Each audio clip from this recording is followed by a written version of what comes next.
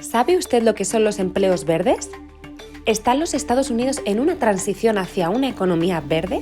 Acompáñenos en esta discusión sobre el American Jobs Plan. Este espacio es presentado por Corazón Latino, el Environmental Defense Fund, Climate Power y el Comercio de Colorado. Hace pocos días, la empresa Ford Motor de los Estados Unidos anunció que su modelo F-150 va a ser eléctrico. Esa nota no es poca cosa, porque estamos hablando del vehículo más vendido en los Estados Unidos, que para algunos significa la columna vertebral de la producción en los Estados Unidos, porque es el vehículo que se usa para trabajar en el país. Y ese cambio significa que ya la economía verde está con nosotros, está aquí, que llegó para quedarse. Y eso tiene mucho que ver con los anuncios igualmente de la administración Biden sobre dar impulso a crear una economía verde con empleos verdes. Inclusive en el plan que lleva y que uno puede ponerse a sacar cuentas y es difícil tener la cifra, pero estamos hablando de 2.3 billones de dólares para crear toda esa economía, para estimular la economía. Hay un apartado de 174 mil millones para precisamente desarrollar la industria automotriz eléctrica. Pero esto no significa solo el dar apoyo a un sector, significa que a través de la economía verde se quiere buscar el cambio climático y se quiere buscar o reducir el impacto del cambio climático a través de empleo ajustado a la realidad, pero además que eso pueda hacerse de tal manera de poder compensar o poder desarrollar el área de la justicia ambiental. Conocido ya el problema, tenemos hoy con nosotros a dos interesantes invitados. En primer lugar tenemos a Carlos Alberto Velázquez, quien es representante en Puerto Rico de la Solar Foundation. Él está dedicado a hacer posible esa economía de la que hablamos en el área del desarrollo de paneles solares. Por otro lado tenemos a Isamar Pichardo, quien es organizadora comunitaria de Conservation Colorado dentro del programa Protégete. Bienvenido, Carlos Alberto, bienvenida Isamar, y comenzamos contigo, Carlos Alberto. Explícanos qué significa eso de crear empleos verdes y en qué medida tu experiencia que tienes un empleo verde es parte de la vida y de la economía de hoy, del presente en los Estados Unidos y en este caso en Puerto Rico, que forma parte de los Estados Unidos. Seguro, Jesús, este es un tema realmente fascinante de futuro y de presente, ¿verdad? De futuro porque se proyecta que con la transición de la economía de los Estados Unidos y de Puerto Rico hacia una economía más verde, pues vamos a estar posibilitando la creación de cientos y millones de empleos bien remunerados, empleos verdes que trabajan con estas tecnologías. Pero específicamente al presente.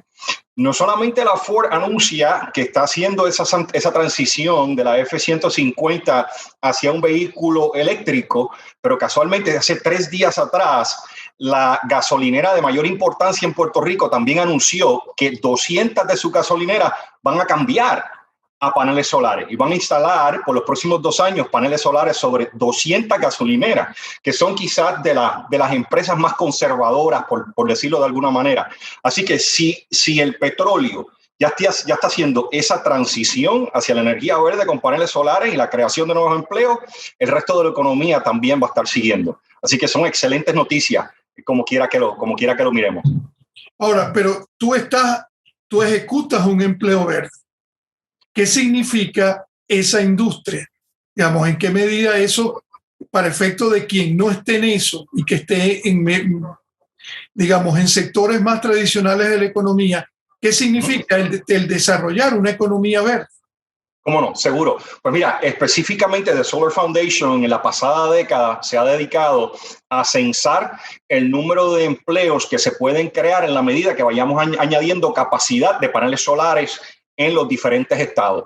Y se puede proyectar de que por cada megavatio, quiere decir, por cada millón de vatios que se añada, se crean aproximadamente 12 empleos en la industria de la energía solar. Colorado, por ejemplo, tiene 8,000 empleos solares. Se proyecta que puede llegar a sobre 20,000. Puerto Rico tiene 1,900 empleos solares y también por unos programas de legislación para incrementar el nivel de paneles solares, también vamos a estar creando en exceso de 15,000 empleos en la industria solar y en la industria verde en los próximos años. Ahora, pensar en el panel solar tiene consecuencias sobre otros sectores. ¿Qué visualizas tú como consecuencia de tener más negocios y hogares con paneles solares? ¿Qué viene después? Seguro. ¿Qué viene después y qué viene antes? Porque fíjese que para seguir logrando mejorar la tecnología de paneles solares, cuando, por ejemplo, yo empecé en la industria hace como una década atrás, la mayoría de los paneles solares tenían como una eficiencia quizás un 12%. Hoy están aproximadamente en un 20% de eficiencia. Ese mejoramiento se llevó a cabo mediante investigadores, researchers, programadores de computadoras, ingenieros e ingenieras, diseñadores, empleos bien pagos en la academia, en el sector sin fines de lucro y en el sector manufacturero.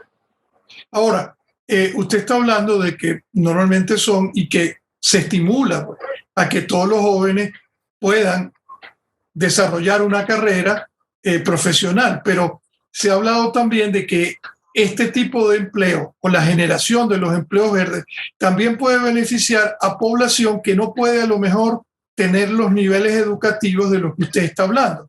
¿En qué medida eso es cierto? ¿Puede el desarrollo del empleo verde también emplear a otra fuerza laboral que no tiene alto nivel educativo? Es súper importante tomar en consideración que está habiendo una transición de las tecnologías tradicionales de generación de electricidad tradicional, como puede ser carbón, gas natural, petróleo, etcétera, hacia la industria de laboral y la industria de instalación de sistemas fotovoltaicos. Hemos visto, por ejemplo, una transición de militares cuando terminan su carrera militar, cuando se transicionan al mundo civil. Algunos de ellos están optando por la industria solar porque las destrezas de liderato, de trabajo son similares. Así que no todos los empleos claramente de la energía renovable son de alta tecnología, ni de alto conocimiento o de alta escolaridad. Ciertamente son de hombres y mujeres que trabajan fuerte, que están dispuestos a hacer las instalaciones solares, a supervisar que se hagan bien y a interactuar con el público para explicar bien el trabajo que se le está haciendo. Vamos un poco a conectar esto con nuestra segunda invitada, que es Isamar Pichardo. ¿Qué te hace pensar entonces el oír hablar de cambio climático y el oír hablar de energía limpia con relación a esas deudas pendientes de justicia ambiental? Bueno, a mí el plan de Biden nos va a ayudar a reconstruir mejor que antes. Solo podemos hacer eso si hay posibilidades de nuevos empleos que pagan bien y también que promueven una economía limpia y verde.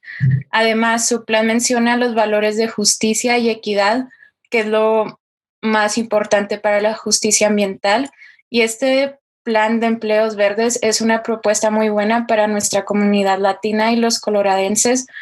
Por eso es importante que nuestros senadores Hickenlooper y Bennett voten a favor. En el pasado, siempre que he trabajado con la industria petrolera, como educando a la comunidad sobre los efectos que tienen en la salud de la comunidad, la falta de regulaciones, siempre hay este miedo de como que hay un conflicto porque mucha de nuestra comunidad latina trabaja en esa área, pero también del otro lado está como nuestra salud y nuestra seguridad, porque la mayoría de las personas que viven alrededor de esa industria son latinos. Entonces yo creo que este plan es muy bueno para hacer una transición justa en los empleos, pero también tomando en cuenta la justicia ambiental. Ahora, pero cuando me hablas de el sector de la energía, igualmente uno pudiera pensar que no hay regulaciones, pero ciertamente hay muchas regulaciones. Este plan significa necesariamente abandonar esa producción de energía como tú hablas y movernos a otra, o eso puede coexistir? ¿Cómo? Bueno, sí, como mencionaste, sí hay regulaciones, pero no las regulaciones que necesita la comunidad, suficientemente estrictas para proteger nuestra salud. La segunda cosa que quiero mencionar es que no necesariamente tenemos que abandonar completamente esa industria, pero yo pienso que puede haber una transición, que poco a poco nos podemos empezar a mover a energías limpias, porque no es lógico decir vamos a parar todo esto que hemos vivido por muchos años y ya vamos a tener todo esto, porque también la energía verde va evolucionando, como dijo Carlos Alberto. O sea, ahora los paneles son más eficientes y creo que como va pasando el tiempo van a ser cada vez más eficientes y mejores energías verdes que podamos usar y confiar en ellas. Ahora, vámonos porque cada uno de ustedes tiene una experiencia particular sobre problemas ambientales recientes. Carlos Alberto reside en Puerto Rico, que es, digamos, en términos en el mundo, es un caso emblemático por lo que significa las consecuencias de fuertes tormentas, de los huracanes y de cómo ese desastre natural quebró totalmente las condiciones de vida en la isla. Háblanos, Carlos Alberto, de qué se siente el estar en un área geográfica que se ve terriblemente afectada por un fenómeno natural como un huracán. Jesús, es desconcertante. Se siente realmente como un ciudadano olvidado. Son 3.5 millones de puertorriqueñas y puertorriqueños que tienen las mismas aspiraciones, que han servido en la carrera militar, que han servido en su carrera civil y profesional para aportar al bienestar y a la riqueza cultural, económica, política de los Estados Unidos. Y de repente, un 19 de septiembre del 2017, nos acostamos a dormir y nos despertamos. Bueno, no dormimos realmente, porque estuvimos batallando el huracán de noche, pero nos despertamos el próximo día y la Autoridad de Energía Eléctrica, o sea, nuestro sistema eléctrico, simplemente nos dijo, Jesús, que con toda posibilidad nadie iba a tener electricidad como mínimo por un mes. Pero había bolsillos en Puerto Rico que no esperaran tener electricidad por 6 meses. Imagínate despertarte un día y que te digan no vas a tener power por 6 meses, aun cuando por los pasados 10 años has pagado la electricidad más cara en todo el continente de los Estados Unidos, excepto Hawái. Pues es desconcertante, uno casi no sabe qué hacer. Yo que estoy trabajando en la industria de energía renovable, reconociendo el hecho de que los paneles solares con batería le brindan un poco de respiro y resiliencia a las comunidades y a las personas en sus hogares con sistemas que le puedan generar algo de electricidad, oye, pues redoblamos nuestros esfuerzos para tratar de llegarle a la mayor cantidad de personas posible. Pero son 1 millón de techos, hay 1 millón de propiedades en Puerto Rico y solamente habían unas 10 o 15,000 propiedades instaladas con sistemas. Así que teníamos que hacer un proceso más comunitario, ¿verdad? De llegarle a más gente a la vez. Y ahí es que entonces empatamos con organizaciones sin fines de lucro para hacer pues proyectos comunitarios, y eso eventualmente me llevó a The Solar Foundation. Y eso es parte de lo que estamos haciendo en Puerto Rico ahora. Así que desconcertante, pero a la vez fue una chispa para innovar, para buscar nuevas soluciones, para traer a la mesa organizaciones sin fines de lucro y para hacer cambios importantes en la legislatura, ¿verdad? Para fomentar la adopción de la energía renovable a pasos más adelantados.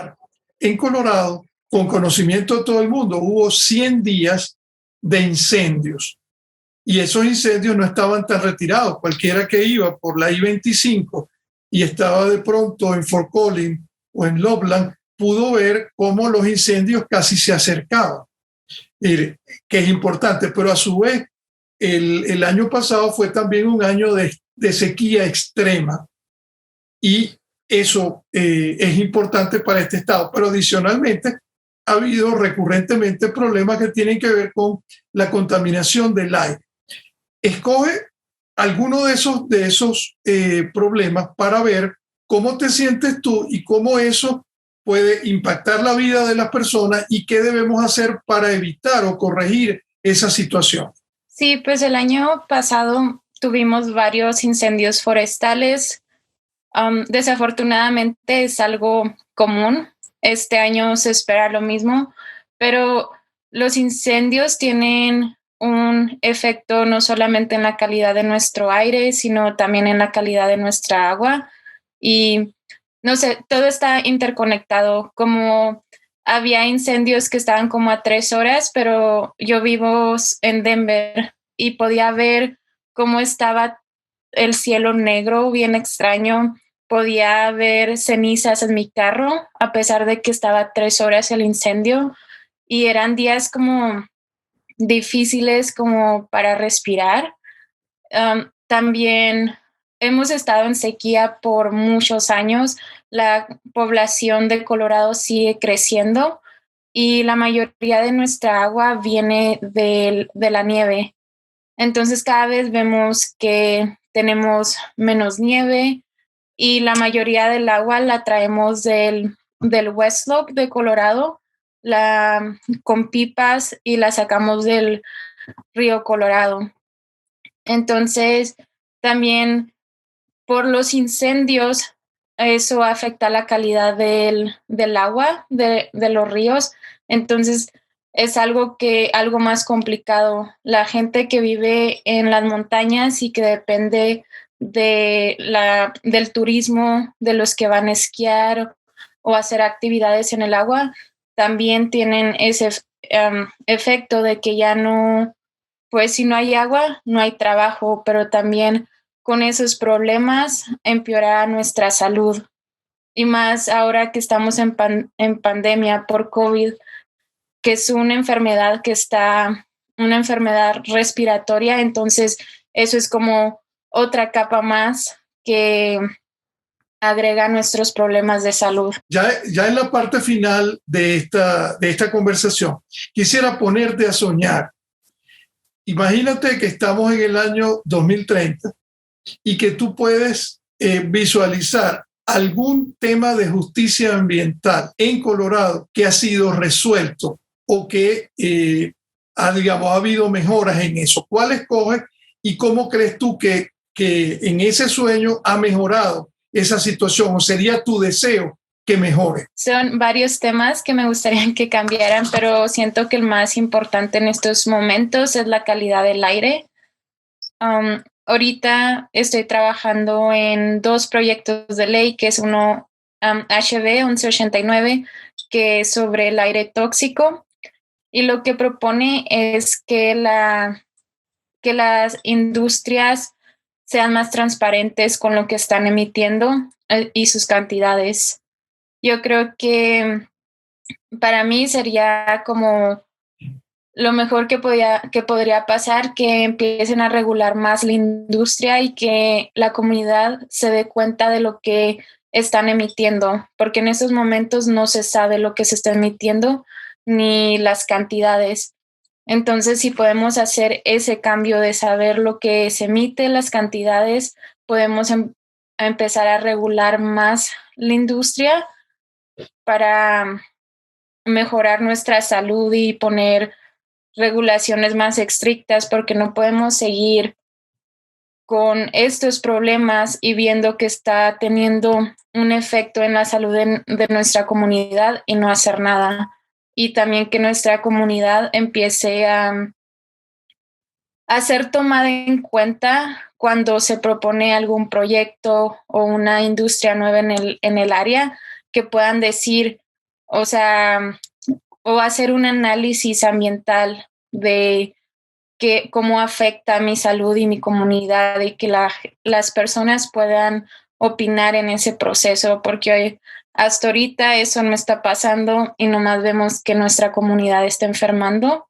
Entonces yo sé que para el 2030 no es así como que va a haber muchos cambios, pero ya tenemos muchos años pasando por injusticia ambiental y es hora de cambiar eso. Soñar o pensar en el 2030, ¿qué quisieras tú? ¿O cuál problema ambiental de Puerto Rico quisieras tú que estuviera solucionado para el año 2030?